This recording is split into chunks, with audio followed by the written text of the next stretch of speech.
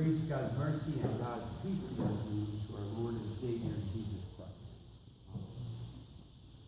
I don't know if when you have watched TV, you've had the occasion to watch the show titled, What Would You Do? But it's a show where a director and his crew, different actors, sets up some scenario that will be acted out in a public place where other people can be obviously observing, and the actors will act out the situation that they're decided they want to do on that particular show, and then watch for the reactions of the people who sit around. So they're usually always troublesome kind of things that gets people's attention. The actors have a way of making it rather loud and obvious that this is going on. And really, the show is designed to watch how people around react, and will anybody say anything to intervene in this situation?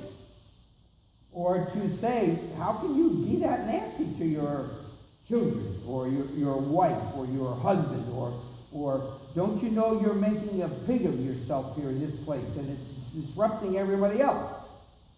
And so it goes on, and we all watch who's going to speak up, and people, of course, sit, in their chairs, and they look and they say, look what's going on over there, But finally, most of the time, somebody gets the courage to make a comment or say something to the actors, and they let it go on a little while. The person may say, what are you talking to me? This is none of your business. This is my place. I'm here with my family. You have nothing to do with it. But eventually somebody says something, and then, of course, when it gets to that point, John Quinones, who's the guy who runs the show, he comes out with his microphone, and the people go, oh, I was caught by this program, But the question is, why did you speak up and choose to speak out in a situation that was embarrassing, nasty, inappropriate? And of course, people finally have an answer. Well, I couldn't sit there and let this go on. I had to say something. I had to speak up. I had to take issue. And it reminds me about a lot of things related to our faith. We had a few years ago, we don't see so much of it, WWJD. What did Jesus do in this situation? Or circumstance? And so this morning, I want to talk a little bit about following and really raise that question. What do we do about speaking up or acting out or making known our faith, the fact that we're called to follow and grow up into or be the children of God? We are vehicles for God in the world and in the community. And that, of course, is like a show in that sometimes, and more often than not, we think more than less, that involves risk. It involves lots of risks.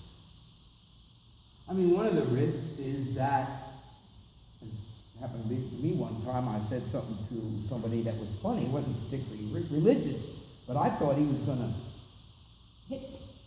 And a couple of seconds later, he turned around and said, well, that was pretty funny, but there was a moment when I thought, Dave, you went too far. You took a risk. This guy's going to bump you. And he didn't. Anyway, so to think a little bit about that this morning, I thought maybe we could talk about that. We all take risks. You take risks, right? I could ask you to tell us where you take risks, but we won't do that. But I'll tell you. So this fellow Mikhail, he's a Jew for Jesus. And he said that when he was doing that in his town, he would hand out flyers. And the flyers would say stuff about Jesus. And when he handed them out, he would say, this is about Jesus. And he discovered that he could hand out, if he did that, 750 a day. And then he said, well, I wonder how many I can hand out if I don't tell the people what they get. Well, then he realized that he could go up to 1,000. And they said, well, wow, I can get more out if I don't tell the truth. But if I tell the truth and draw attention to it, it's less. So, I don't know what decision he decided. But one day he was handing out leaflets, and after he was finished, he had to go shopping. So he turned his T-shirt, which has this big sign on it, Jews for Jesus, around, and goes into the grocery store and he's shopping. And some little old lady sees him and she said, look, he's ashamed of Jesus. He turned his shirt inside out. He doesn't want people to know he believes in Jesus. And of course, Paul says, I'm not ashamed of the gospel of Christ.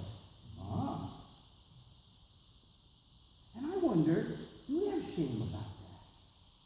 Are we ashamed to let people know that we're children of God? That we believe in Jesus, that he has impact on our life, that he gives us meaning and purpose? I wonder sometimes. We all like whiskey. So, the last time I talked about this, I fish. You all know I fish, right? Well, when I fish in the canoe, I stand up. Now, that is pretty dumb. I admit, it's risky, it's dumb. But I've got pretty good at it. I spread my legs, and I sit down when the rocks come, but most of the time in the water, and sometimes I come to a little turbid water, and I say, well, I can probably make this, And so far, I haven't fallen in, I haven't hit my head, but the last time I preached about it, when the people went out, oh my God, it was horrible. It was so horrible. Pastor, please don't do that. You know how stupid you are, Pastor. All these comments, wonderful things people like to say to pastors. I mean, it's just the way it is. So after the first service, I'm sitting there, I'm thinking, I can't do that. That's horrible. Oh, I got one. So I stood up and I said, we all do stupid things. I said, my wife, who gets after me when I don't wear my seatbelt, when I'm driving along 75 miles an hour in the interstate sometimes, she has a mirror down, and she's got her face up there, and she's got a tweezer, and she's grabbing those little hairs that grow out that women don't like, and she's pulling them out, and somebody going out said, you took a risk this morning. The risk you took this morning is you told that story about your wife. And when I got home, I said, Sally, I said, I made a mistake this morning. She said, what? I said, well, I talked about the canoe, and everybody gave me a hard time, so I had to come up with another risk. So I told the people, she just looked at me, you idiot. That. I said, well, I did. Really? I cannot believe what you... Of course, she lived with me for 48 years. She knew I did stupid stuff. But see, we take risks. I'm struck by how many people I see driving along these days that are driving like this. It's amazing how many people think they can pay attention to a cell phone and whatever's going on in there like this. In fact, a few weeks ago, I was going somewhere, and this guy was behind me. I saw him, we were at the stoplight, so I went down the road a little, and I noticed he wasn't watching. So, right there in the middle of the road, I slowly just stopped and watched what he did. Well, he stopped. I went another 100 yards, I stopped again. He never noticed that I was intentionally stopping in front of him, taking a risk, because he could have run into me. But he just kept going back to that phone. It's crazy. So we're not so put off by risk when it's a risk we decide we want to take. We're not so put off by risk when we think we live larger than ourselves. I can manage this. I'm okay. I got it. Well, I'd like to know just how much insurance companies are paying extra because this is happening and it's getting worse. I don't know where and whether it will end. So risk is something we do. Now, when we think about our faith, you want to say, well, what's risky about that? Well, here we go. Come, die, and follow me. Well, that's pretty risky. It's not particularly physical dying. But what it means is, this is about so much not about focusing on yourself, but God and others. I know you all have enemies. I got a bunch. I know. I have enemies. And I'm supposed to love them. Sometimes I can't even be in a room. If I see them at the grocery store, I go down the other aisle. And now somebody says, love them? Turn the other cheek. Wow. Take up your cross and follow me. Love the Lord your God with heart, your soul, your mind, and your strength, and guess what? Your neighbor as yourself. For 30 years, I lived on the same street, and both my neighbors did not like me. I don't think it was all about me, but my neighbor once said, well, you do this, you do that. I said, Jim, I love your son, we're friends, and you can do whatever you want. I'm not going to not like you. And he looked at me like, whoa. I said, well, you seem to want me not to like you, but I'm not. Everybody else doesn't like you. And that's true. He was a grumpy guy. Nobody liked him. But I got to used to Jim. He has a lot of things he grew up with. He's just a grumpy guy. And so that's what following is about. It's risky business. It puts us in a situation where we might be physically vulnerable, where certainly we can be emotionally vulnerable. We can even be spiritually vulnerable. If we put ourselves in a situation where we might be particularly tested, where we shouldn't be and we shouldn't be involved, we're putting ourselves in a spiritual, critically dangerous, kind of risky situation as to what that will do to us. And especially with our relationship with God. And yet, we push back from that. Now, I really think some of it's got to do with relationship. Because isn't that what relationship is about? Relationship is about growing a trust with another, whereby as that trust grows, we're willing to take risks for them and with them. Well, if you've been married or you've been in a relationship with someone else that's strong, that's growing strong, you know that. You know that you're trusting, you're taking risks in many aspects of that relationship. You're taking emotional, you're taking physical, you may even be taking spiritual risks. I'm amazed at some points that many couples marry and they love each other, I'm sure that, how they manage. I don't believe in that business. I don't want anything to do with it. I believe. I attended church. I'm active in my faith and my faith life. And I wonder how that works. Some people make it work. That's fine. I don't have a problem with that. I'm not trying to pick on that. But it does provide us with a risk.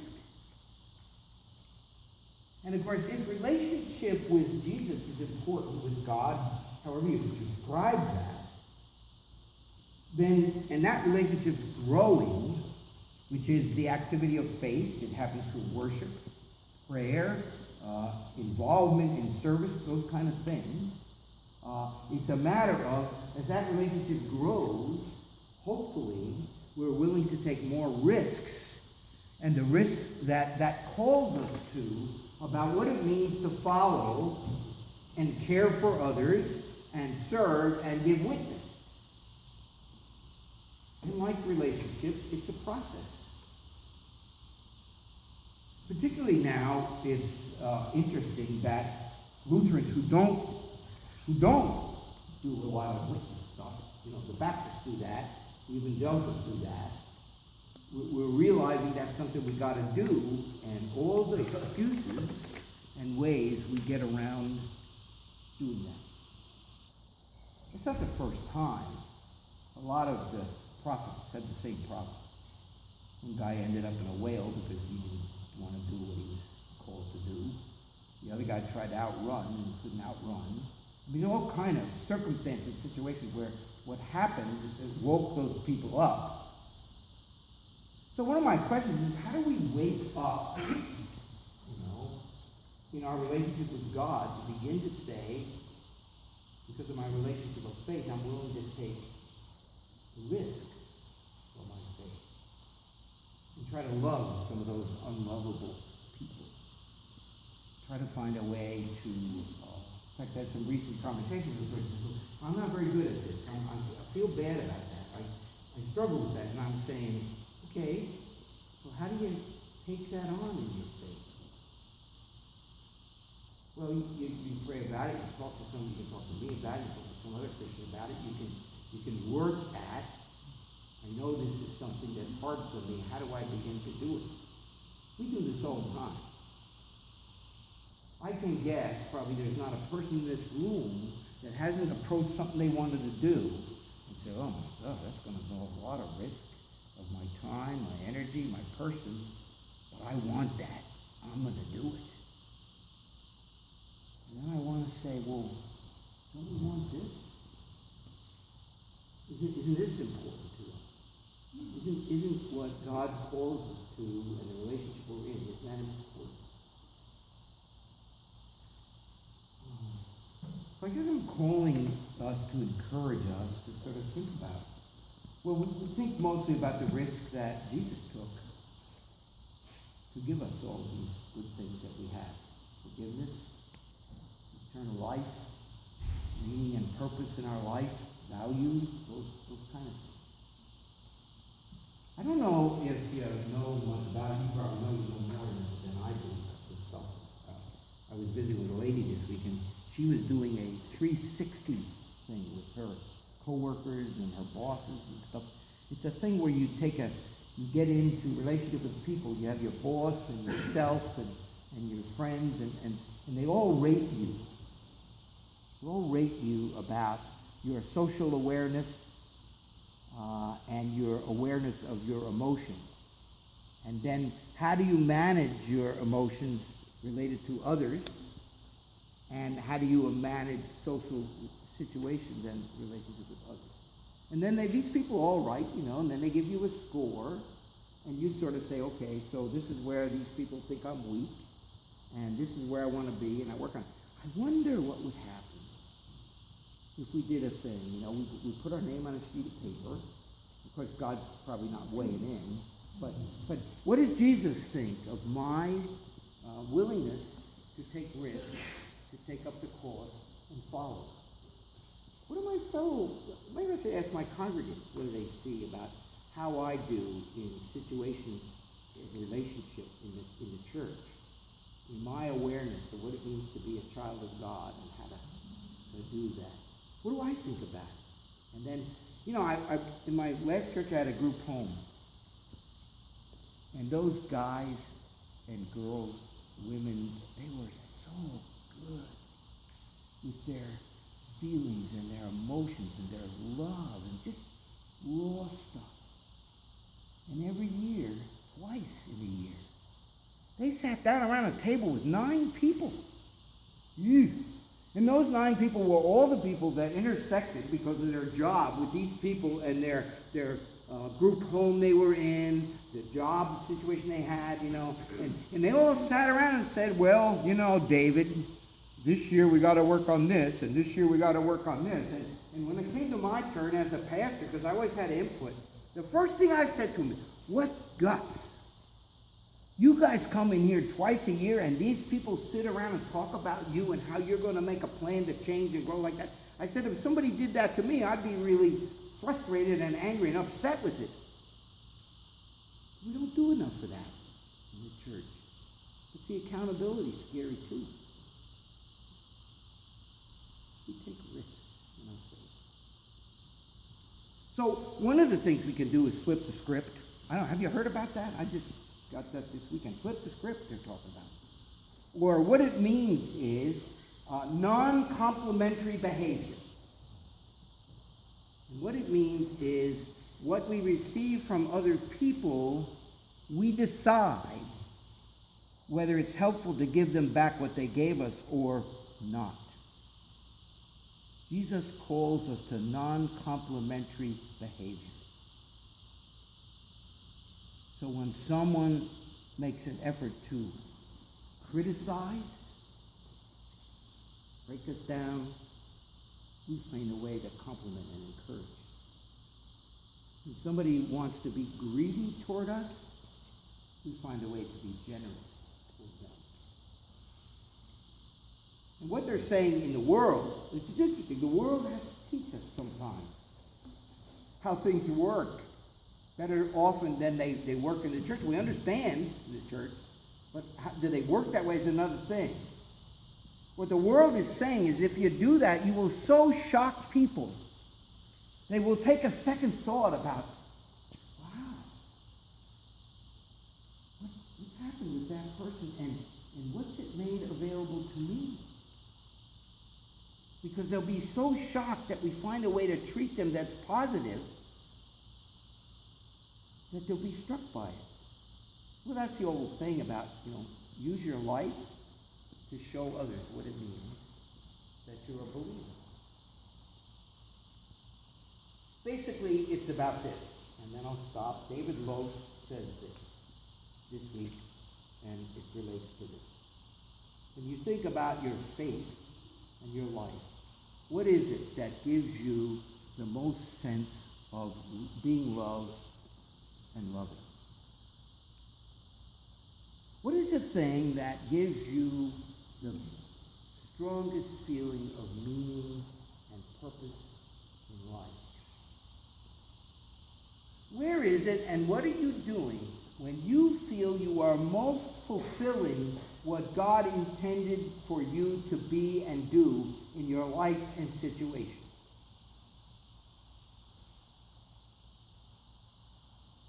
That's what relationship with God calls us to. And that's where God is asking us to take the risk, to make those things known, to show them, to live in a way that demonstrates that. Because in God's call and in God's kingdom and in our relationship with God, that's what we're called to be and do. And that will certainly help us to understand what it means to take risks in his behalf.